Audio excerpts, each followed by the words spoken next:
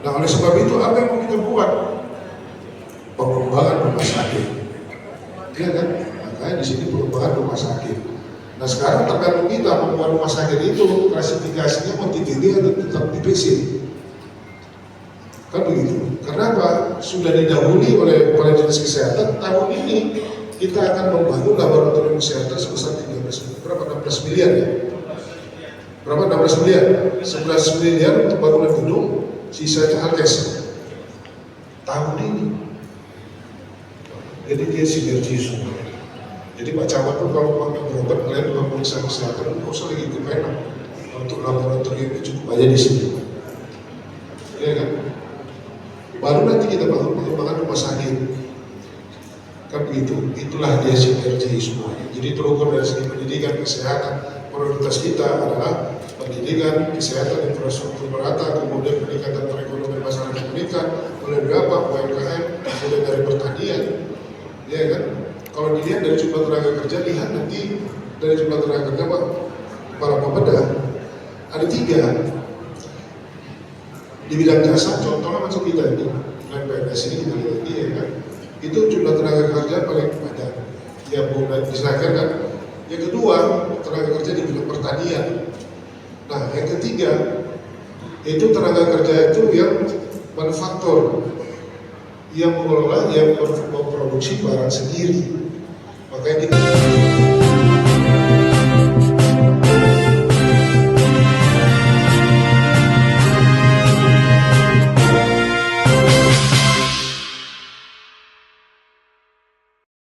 rancangan awal untuk RPJMD tahun 2025-2029 selambat-lambatnya itu pada bulan Agustus harus sudah disahkan, sudah disepakati bersama menjadi program kerja kita, program visi dan misi pemerintah Kabupaten Asahan.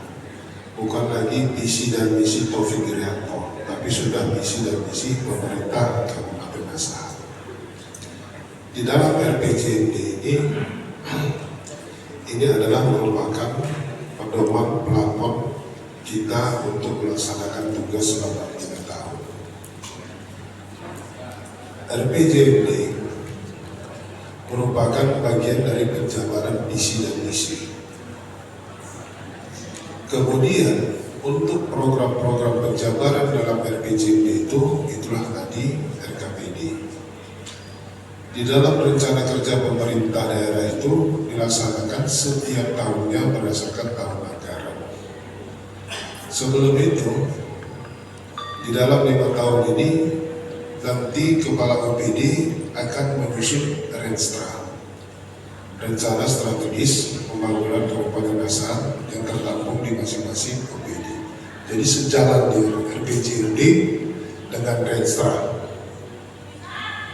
Oleh sebab itu nanti pasti Bapak Rida akan mengundang Bapak Ibu sekalian.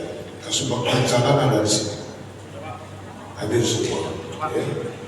Jadi nanti yang menyusun Renstra itu nanti berarti kan berpedoman kepada RPJMD dan berpedoman kepada visi dan misi. Saya sampaikan visi kami saat ini karena belum disahkan oleh DPRD Kabupaten Asahan yang sejahtera, religius, maju dan berkelanjutan. Kegiatan ini sudah tertampung di dalam RPJMD, ada 44 ya. Ada 44 untuk apa namanya? 44 arah kebijakan, 18 program pembangunan yang merupakan menjadi prioritas. Di dalam menyusun itu berarti ini harus jalan. Jadi Pak Bapak juga dan dalam pembahasan DPRD masukkan juga di situ program-program yang tentang RPJMN. Kemudian juga ada program pemerintah provinsi, tadi ada 17 program yang disampaikan oleh dari Dinas Pendidikan tadi ya, atau dari Dinas Kesehatan tadi, supaya berjalan sinergi antara pemerintah pusat, pemerintah provinsi, dan pemerintah pemerintah kabupaten. Di samping program-program prioritas tindak lanjut yang kami buat bersama Pak Wakil Bupati Asahan. Di dalam RPJMD itu mengacu kepada misi dan misi kami. Misi pertama itu peningkatan kualitas sumber daya masyarakat Kabupaten Asahan yang sehat, cerdas, berkarakter, dan sejahtera. Nah, kita kupas sedikit. Untuk kegiatan peningkatan sumber daya manusia yang berkualitas sebagai masyarakat Kabupaten Asahan, terutama untuk di lingkungan pemerintah daerah, bagi aparatur sipil negara, kemudian memungkinkan juga pegawai P3K, berarti adalah termasuk kegiatan-kegiatan peningkatan karir daripada aparatur sipil negara. Termasuk peningkatan aparatur itu adalah melalui pendidikan dan latihan yang dilaksanakan oleh aparatur sipil negara. Saat ini ada beberapa OVD yang mengikuti diklat. Diklat PIM, baik diklat PIM 3, diklat PIM 2 yang di bawah naungan BKD, Kepulauan Daerah atau BPSDM. Tentunya ada dalam pelaksanaan kegiatan ini untuk BKD harus mempunyai database kepegawaian. Dulu, apakah masih sekarang ada yang menyangkut database ini, termasuklah di situ tata urutan kepangkatannya. Data yang pernah sudah dibuat itu, apakah sudah direvisi? Karena data terakhir itu sudah ada yang mutasi di beberapa OPD, tidak lagi seperti yang dahulu. Termasuk itu juga. Jadi harus ada database-nya. Kemudian juga untuk peningkatan pendidikannya bagi masyarakat, berarti kita fokuskan kepada kewenangan kita mulai dari TK, PAUD, SD, dan SMP. TK, PAUD, SD, dan SMP. Saya sampaikan tadi bahwasanya untuk sekolah dasar itu kita 74.000 siswa kita, gurunya hampir 4.000. Kalau dibandingkan rasio satu guru itu mengajar 15 orang, tetapi kenapa kualitas pendidikannya tidak optimal sebagaimana beberapa sekolah swasta lainnya? Persoalannya di mana? Mohon maaf ini Pak Garis Rizal ya. Kalau semalam itu berburu untuk sertifikasi untuk menambah kesejahteraan guru. Penambah kesejahteraan guru sudah diterima, tapi kualitasnya belum. Akhirnya beberapa sekolah kita di tingkat SD itu banyak yang sudah pindah ke sekolah lain, sehingga SD itu satu sekolah itu ada yang siswanya 30 orang, ada yang 40 orang, bahkan ada yang 20 orang macam di Serembangan. Di Jalan Husni Tamrin ada 4 sekolah, kalau digabung itu bisa menjadi satu. Itulah yang ditinjau Pak Wakil Bupati untuk rencana balai latihan kerja. Kita tidak boleh mengatakan sekarang itu harus di-regrowing. Istilah regrowing itu tidak diperkenankan, tapi kita pindahkan gabungan beberapa sekolah, muridnya itu satu sekolah terdekat, berarti kosonglah sekolah ini. Makanya guru-guru juga harus ditempatkan di mana sekolah-sekolah yang memang mutu pendidikannya kurang. Kebanyakan guru-guru itu fokusnya di dalam satu wilayah kecamatan, khususnya kecamatan Kota Kisaran Timur dan kecamatan Kota Kisaran Barat. Berdasarkan hasil seleksi lulus jadi PNS, dari CPNS lulus di P3, mereka ini mendaftarnya di sekolah yang memang dari lamaran mereka itu di beberapa wilayah kecamatan. Baru setahun tugas sudah minta pindah. Alhasil di beberapa wilayah kekurangan guru. Akibat kekurangan guru dilihat dari orang tua, wali murid, anaknya tak mau lagi di sekolah SD tersebut. Masuklah ke sekolah swasta. Alhasil banyak sekolah ditutup. Supaya ini juga dicatat Garis Pendidikan menjadi hasil kita, karena bisa memungkinkan tempat ini dijadikan tempat dapur pelayanan untuk makan bergizi gratis.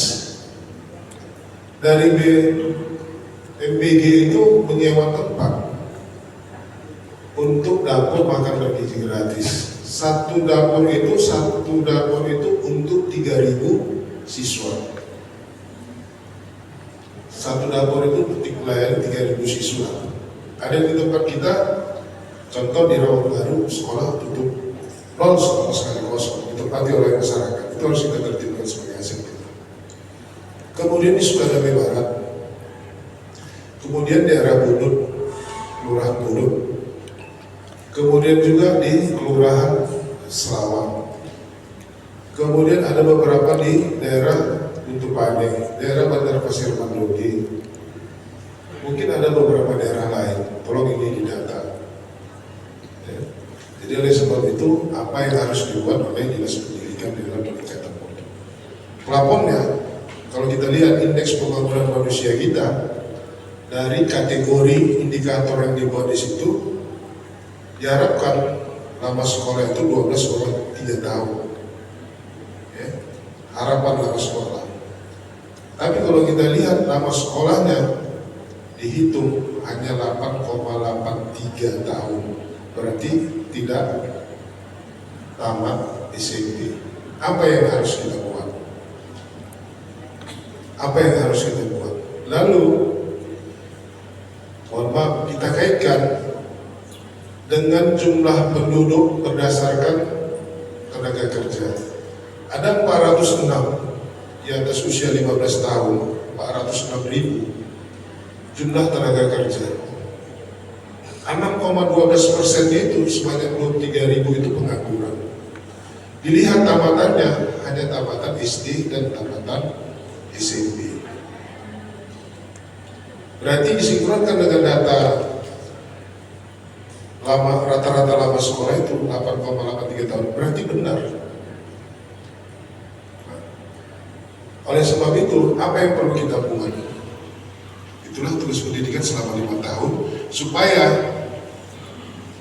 rata-rata lama sekolah itu bisa menjadi 9 tahun. Berarti salah satunya memberikan kepercayaan kepada masyarakat untuk anaknya kembali sekolah.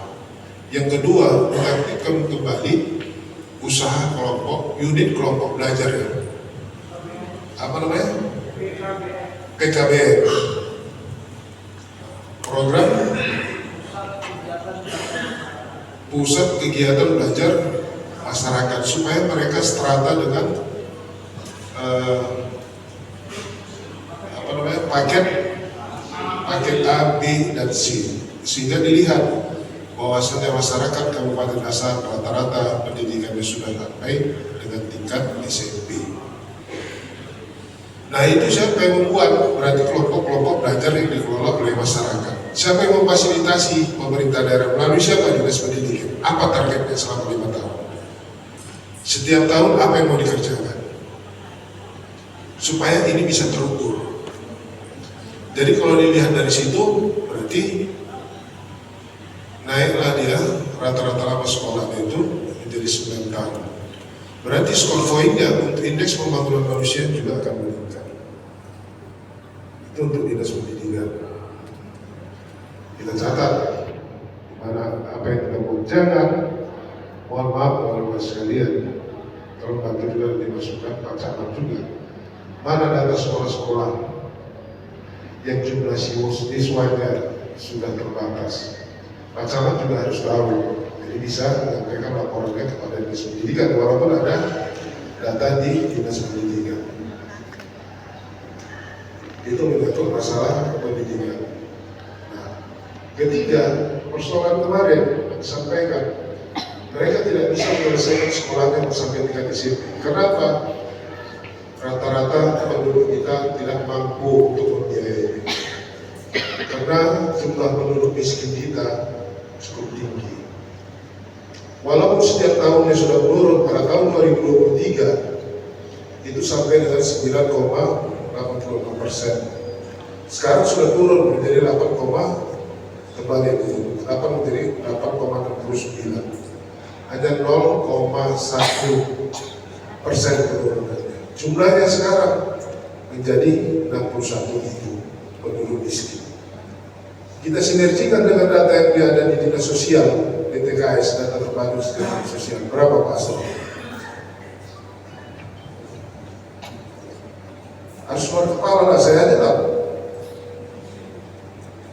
30.400. Iya kan? Nah, jadi kalau masing-masing dinas itu, mohon maaf, perwakilan harus kita tegaskan, mereka harus menguasai tugas kita.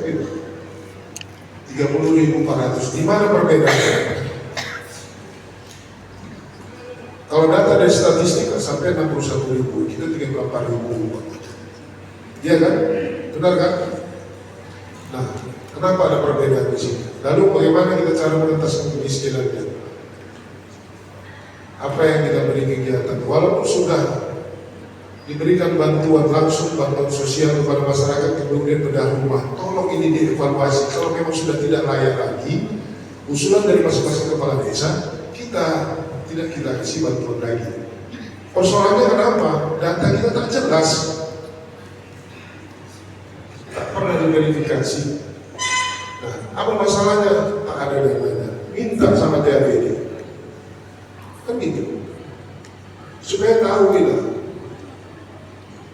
penurunan tingkat kemiskinan. Karena dengan program Pak Prabowo Asta Cipta, apa nama istilahnya, program sekarang 5.0, ya, dari Bapak. 5.0. Asta Cipta itu diambil dari program 5.0. Artinya apa? Supaya tingkat kemiskinan itu nol sama sekali, pertumbuhan perekonomian naik. Kan itu. Apa yang mau dibuat? Persoalannya di satu wilayah menurut miskin, banyak itu di kecamatan Tanjung Balai, ya kan, Sungai Apung Jaya, Sungai Apung, kemudian di kecamatan Sungai Kepayang Barat, kan begitu. Persoalannya apa? Rumahnya tidak layak huni, kita bedah. Ya, bantuan apa yang mau diberikan? Sanitasinya kurang memadai, kita buat. Bantuan langsung kasihkan sama mereka. Ada salah satu wilayah yang berada di kecamatan Tanjung Balai, masuk kategori penduduk miskin ekstrim. Miskin ekstrim kenapa? Sekarang dikatakan tidak miskin ekstrim. Dulu dikatakan miskin ekstrim karena pendapatannya satu hari itu 20.000 ke bawah. Jadi tidak memenuhi layak untuk memenuhi kebutuhannya. Makanya itulah kita berikan bantuan. Persoalannya kenapa? Mereka bekerja sebagai buruh dalam satu perkebunan. Gaji mereka kecil, baik dia sebagai pengomben, kemudian buruh pertanian, gajinya mereka kecil. Kenapa? Persoalannya mereka kerja sama toki. Gaji mereka rendah karena dipotong biaya operasional daripada produksi pertanian tersebut, baik dari operasional untuk transportasi maupun. Apa sebabnya? Mereka menghitung, menganggap produksi pertanian dari wilayah perkebunannya, dari wilayah pertaniannya menuju salah satu tempat untuk dipasarkan. Bisa jaraknya 5 km atau 10 km. Jalannya rusak. Jalannya rusak, dihitung 1 hari sampai 1 bulan itu ban mobilnya itu diukur mereka sekian hari, sekian ini tipisnya.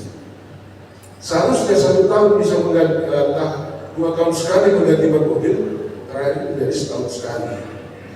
Untuk menutupi biaya operasional membeli ban itu kepada apa? Dipotonglah honor daripada karyawan tersebut. Jadi apa yang perlu kita perbaiki? Jalannya. Jalan mana? Jalan usaha tani yang dikelola oleh Dinas Pertanian. Dari jalan usaha tani masuk ke jalan kecamatan kabupaten, jalan kabupaten rusak, masuk ke itu.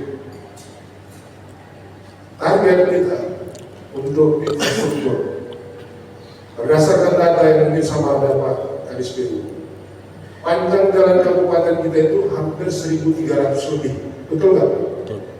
Betul. Nah, 1.300. Yang bagus berapa persen?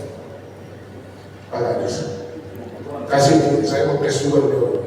Kita tes ini Pak. Oh ya. Kasih.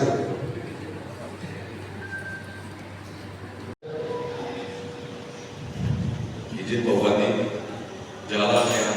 kondisi jalan yang ada di Kabupaten Kerasan, panjang jalan 1.398 km, kondisi rusak sekitar 350 km. Baik, saya sempurnakan. Panjang jalan kabupaten kita 1.358 km. Yang bagus itu lebih kurang itu hampir 500 km. Ya. Yang rusak, yang kurang bagus itu hanya sekitar 50 km. Rusak berat, ya, rusak sedang, itu perbandingannya rusak berat, rusak sedang dengan yang bagus itu, yang berat itu 57%. Yang rusak berat berarti sekitar 750 km. Yang bagus ada sekitar 510. Hitung dia, pas jumlahnya itu nanti lebih kurang 1.398 lebih kurang. Nah, jalan yang rusak itu sepanjang 700, kita katakan 700 km. Masuk wilayah jalan mana? Jalan mantap di sana. Sebagaimana semalam yang kita katakan bersama dengan Pak Kepala BPK, jalan itu juga katanya harus disertifikat. Iya kan? Kita pun bingung juga, jalan itu harus disertifikat. Itu kan Pak Wakil semalam kan dengan Kepala sepanjang 500 km. Berarti target kita sesuai dengan yang itu dan pemerintah tahun 2025 ini harus siap 100. Tahun kedua 200, tahun ketiga 300, tahun keempat 400, tahun kelima 500. Kan gitu. Yang penting 5 tahun kami masuk kepemimpinan sama Pak Wakil, 500 itu tercapai. Inilah yang terukur berani waktu kami 100. Pekerjaan itu sudah 100%. Jangan pula nanti dibuat targetnya itu sampai dengan 850 km. Itu dana kita kurang. Buat targetnya berapa? Ya bagus ya. Sudah ada sekarang. Berarti makanya di dalam apa namanya PKPD itu kita itu kan dibahas di situ kan menyusun mulai perencanaan apa yang kita lakukan sendiri. Berapa tahun ini berapa kilometer? Berapa tahunnya?